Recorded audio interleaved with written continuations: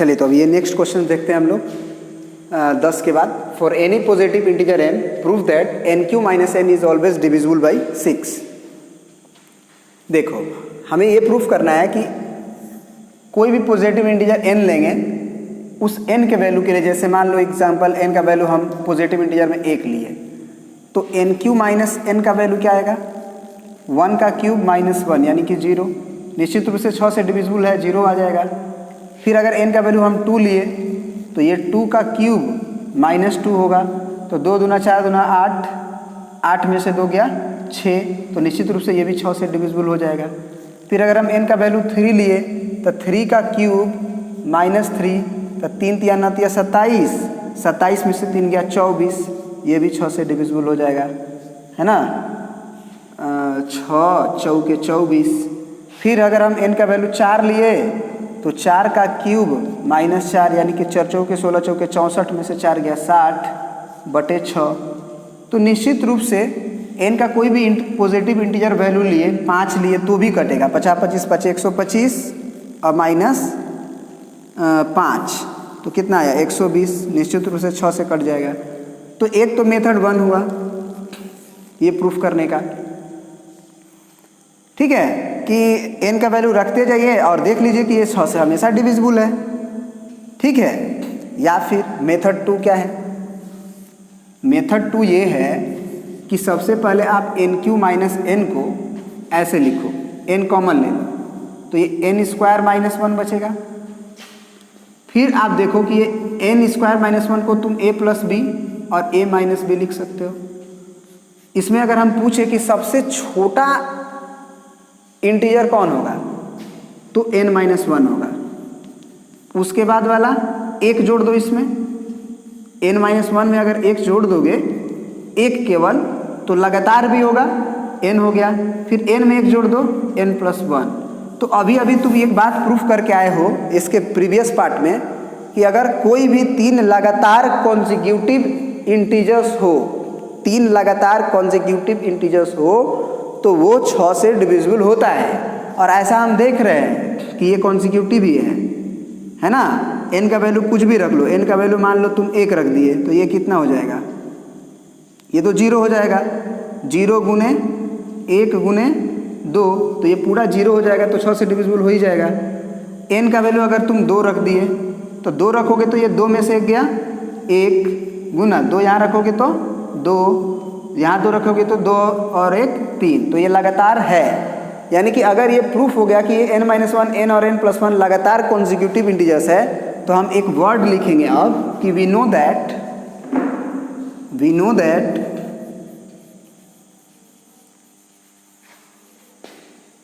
Product of, ये याद भी रख लेना, product of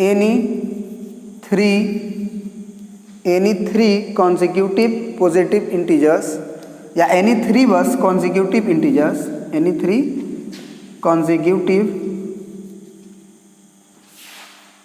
integers is divisible by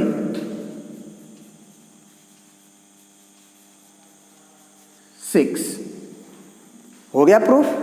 या फिर अगर यही क्वेश्चन मान लो 5 मार्क्स का आ गया, 5 मार्क्स का, तब तुम्हें इतना करने के बाद जो क्वेश्चन इसके प्रीवियस पार्ट में ये बात प्रूफ किए थे कि 3 लगातार अगर इंटीजर्स है तो इसमें से कोई एक जो होगा निश्चित रूप से इवन होगा, तो 2 से कट गया। और फिर 3 से भी कटने का रूल बताना होगा कि ये 3 से भी कट रहा है। कैसे 3 से कट रहा है, तो 3 का रूल आपको क्या बताना होगा, ऐसा नहीं कि आप जोड़ दोगे, क्योंकि ये प्रोडक्ट है, नंबर बदल जाते हैं, आपको पहले भी बताए हुए हैं। ऐसा नहीं कि इसको जोड़ दोगे, इसको जोड़ोगे तो भी एक्चुअली हो जाता है, लेकिन ये नंबर एक्चुअली नहीं है ना, ये n 3n और ये 1 1 कट गया, तो 3n 3 से कट गया, तो हम कह देते हैं कि ये भी 3 से कट जाएगा, क्योंकि एडिशन ऑफ नंबर अगर 3 से कट रहा है तो। लेकिन एक्चुअली प्रोडक्ट कर रहे हैं तो नंबर बदल जाते हैं, तो इसको वही बात वो पहले वाला लैंग्वेज लिखना होगा, ठीक है। चलिए ये तो आपको हम मेथड 1 और मेथड 2 से बता दिए। एक आपका आर डी शर्मा में जो किताबी मेथड है उससे भी इसे प्रूव कर सकते हैं। किताब में भी आपका सॉल्यूशंस में हिंट दिया हुआ है, उससे भी आप प्रूव कर सकते हैं, वो भी अच्छा तरीका है। देखिए वो क्या कह रहा है। कह रहा है कि ये बात मतलब एक्चुअली हम इसके प्रीवियस वाले क्वेश्चंस को देख रहे हैं, माने 10 नंबर को, कि अगर 3 कॉन्जिक्यूटिव पॉजिटिव इंटीजर्स रहें, है ना, तो वो 6 से कट जाते हैं, तो वो क्या होंगे, n into n plus 1 into n plus 2, मतलब हम 10 का जो सोल्यूशन है वो देख रहे हैं मेथड 2 से, ठीक है, n into n plus 1 into n plus 2, ठीक है ना। चलिए 3 लगातार कॉन्जिक्यूटिव पॉजिटिव इंटीजर्स है, हमें 6 से डिविजिबल करना है, तो मान लीजिए कि let a be a positive integer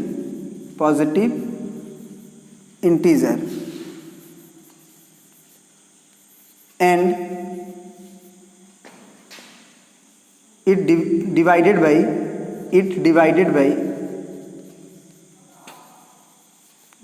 by 6, then क्या होगा तब, अगर आप किसी नंबर a को 6 से डिविजिबल करिएगा तो यहाँ एक क्वोशिएंट आएगा और यहाँ पे एक रिमाइंडर आएगा, आगे प्रोसीड करते करते।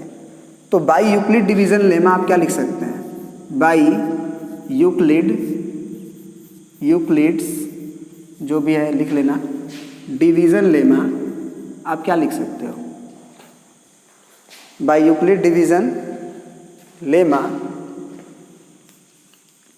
हम लिख सकते हैं a बराबर 6 इंटू क्यू प्लस r, जहाँ पे r का वैल्यू 0, 1, 2, 3, 4, 5 होगा।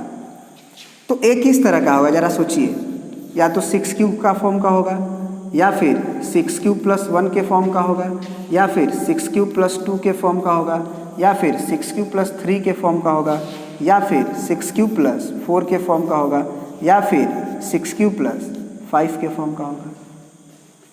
मतलब कि कोई भी पॉजिटिव इंटीजर a अगर 6 से डिवाइड किया जाए, कोई भी हो 10 से डिवाइड किया जाए, तो वो 10 Q plus 1, 10 Q plus 2, 10 Q plus 3 से लेकर 10 क्यू प्लस 9 तक होगा। अगर 6 से डिवाइड किए हो, क्योंकि 6 का डिविजिबिलिटी का रूल जाना है, तो 6 क्यू से लेकर 6 क्यू प्लस 5 तक का टाइप होगा, है ना। तो अब ये प्रूफ करना है, ये तो हो गया कि या तो नंबर कोई भी पॉजिटिव इंटीजर या तो 6 क्यू के फॉर्म का होगा, या 6 क्यू प्लस 1, या 6 क्यू प्लस 2, या 6 क्यू प्लस 3, या 6 क्यू प्लस 4, या 6 क्यू प्लस 5। तो तुम्हें ये बात प्रूफ करना है कि n into n plus 1 into n plus 2 का अगर फॉर्म का माने कोई लगातार 3 इंटीजर्स का प्रोडक्ट हो, लगातार 3 इंटीजर्स का प्रोडक्ट हो, तो वो 6 से डिविजिबल हो जाएगा। ये 100% आप प्रूफ कीजिए। तो या तो a 6 क्यू का होगा, तो इफ अगर a बराबर 6 q, then n into n plus 1 into n plus 2 किस तरह का हो जाएगा, तो वो हो जाएगा 6 क्यू, फिर 6 क्यू प्लस 1, 6 क्यू प्लस 1 और इंटू में फिर 6 क्यू प्लस 2। अब जरा देखो, ये तो साफ दिख रहा है कि 6 क्यू इसके प्रोडक्ट में है, तो 6 से डिविजिबल हो जाएगा। तो ये तो भैया हम क्या लिख देंगे, इट इज डिविजिबल बाई 6 हो गया। या फिर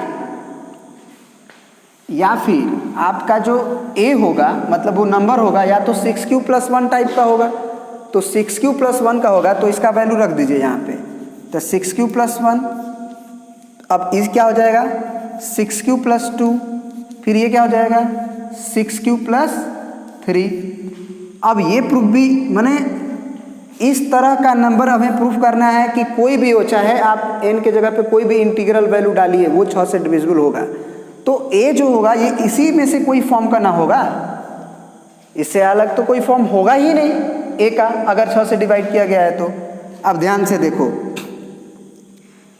ये 6 से कैसे डिविजिबल होगा, इसमें हम 2 कॉमन ले सकते हैं, तो कहोगे हाँ ले सकते हैं, तो इसको रहने दो, 6 क्यू प्लस 1 रहने दो, इसको क्या लिख सकते हैं फिर से 2 कॉमन लिए, तो 2 तिया 6 प्लस 1, इसमें से भी 3 कॉमन ले लो, तो 3 कॉमन लोगे तो ये कितना हो जाएगा, 3 दूना के 6 प्लस 1 तो निश्चित रूप से ये भी 6 का प्रोडक्ट आ गया, तो इट इज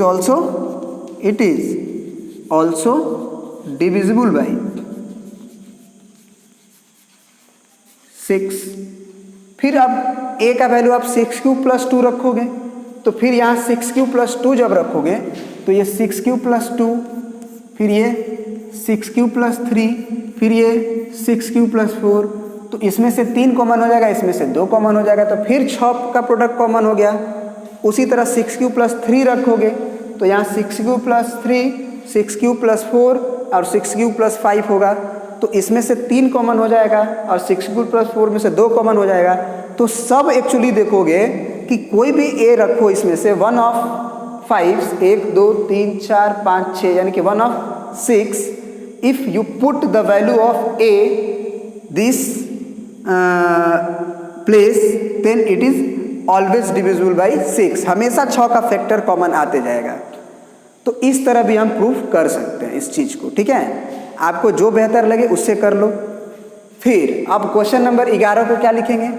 क्वेश्चन नंबर 11 के लिए वही बात कि we know that the product of any 3 consecutive integers is always divisible by 6 and nq minus n is a product of n into n plus 1 into n minus 1 that is लगातार ये है।